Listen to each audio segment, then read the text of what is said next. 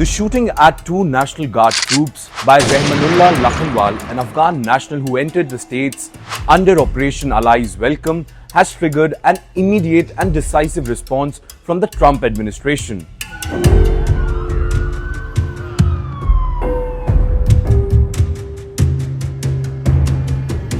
Firstly, with US Citizenship and Immigration Services already suspending all Afghan immigration requests indefinitely. But we can tell you that this pause just represents merely the opening move in what's coming ahead. What happened in the United States, that too on the eve of Thanksgiving, will not only recalibrate America's Afghan immigration policy, but their relations with multiple allies who sheltered and safeguarded Afghan refugees. You will be astounded to know that US's allies like Qatar and Pakistan might now face Donald Trump's wrath.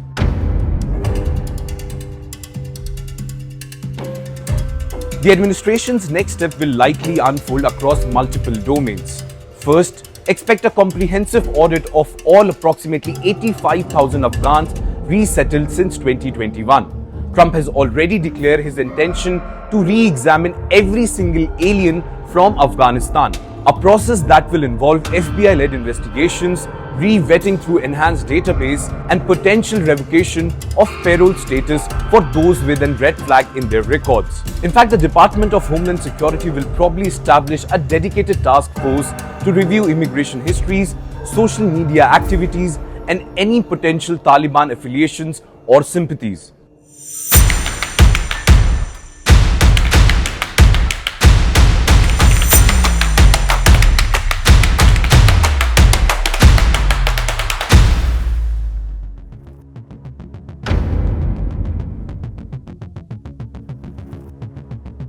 Now, second and the most obvious one is the security architect around federal installations will also go immediate revision. This shooting occurred just few blocks from the White House during high visibility patrols, exposing vulnerabilities that the administration cannot now ignore.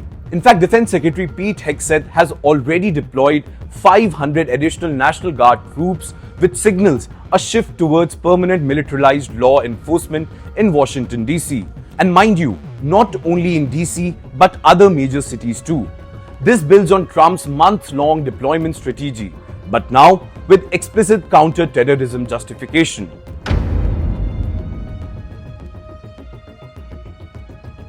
The Trump administration will likely push Congress to repeal or severely restrict the special immigrant visa program for Afghan allies, arguing that wartime cooperation no longer guarantees security clearances. They may also seek to terminate temporary protection status pathways or curtail asylum provisions that allowed Lakanwal to gain approval in April 2025 after applying it in December 2024.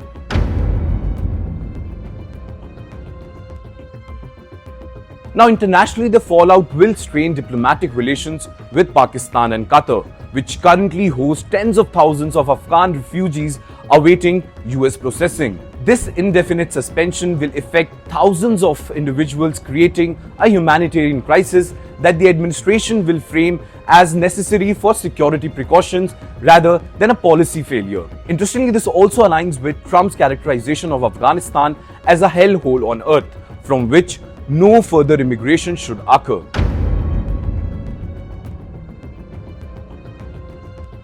Politically, this transforms immigration into the paramount national security issue heading into 2026. In fact, Vice President J.D. Vance's statement that the shooting validates our immigration strategy reveals the administration's calculation. Frame this as confirmation of long-standing concerns about vetting rather than an isolated tragedy. Now, the timing on Thanksgiving Eve provides powerful emotional resonance for a narrative about protecting American security from foreign threats. There is also another very interesting dimension which a lot of you must understand. Thousands of Afghans who risked their lives for American forces, like interpreters, guides, intelligence assets, now might face indefinite limbo or potential deportation back to Taliban-controlled territory. And the administration will likely argue that groups' loyalty must yield to individual security risks, fundamentally rewriting the moral contract with wartime allies. In essence, what began as an indefinite processing pause will probably evolve into a permanent ban on Afghan immigration, expanded vetting of all refugees from conflict zones, and a precedent for nationality-based immigration suspension that could extend to other regions too. Well, at the end, the Trump administration has been handed a crisis that perfectly aligns with its ideological framework. And mark my words, they will not waste it.